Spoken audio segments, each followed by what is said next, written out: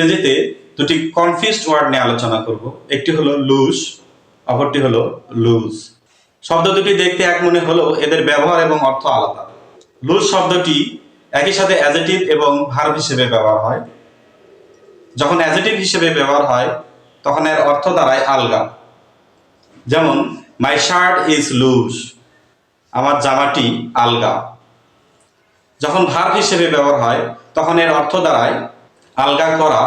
যেমন don't lose the rope, দড়িটি আলগা করো না। পক্ষান্তরে লুজ শব্দটি একটি ভার্ব যার অর্থ হারানো অথবা পরাজিত করা। যেমন ডোন্ট লুজ ইউর কিজ, তোমার চাবি হারিও না।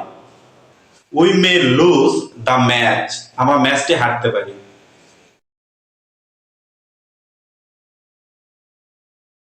ইংরেজিতে দুটি কনফিউজড ওয়ার্ড নিয়ে আলোচনা করব। একটি হলো লুজ, অপরটি হলো লুজ। শব্দ দুটি দেখতে এক মনে হলেও এদের ব্যবহার এবং অর্থ আলাদা।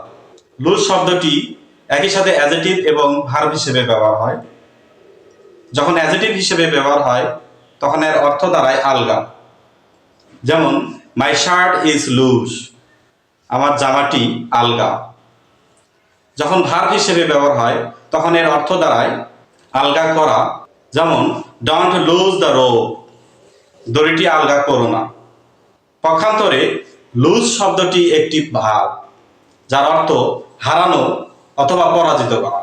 যেমন ডোন্ট লুজ ইউর কিজ, তোমার চাবি হারিও না।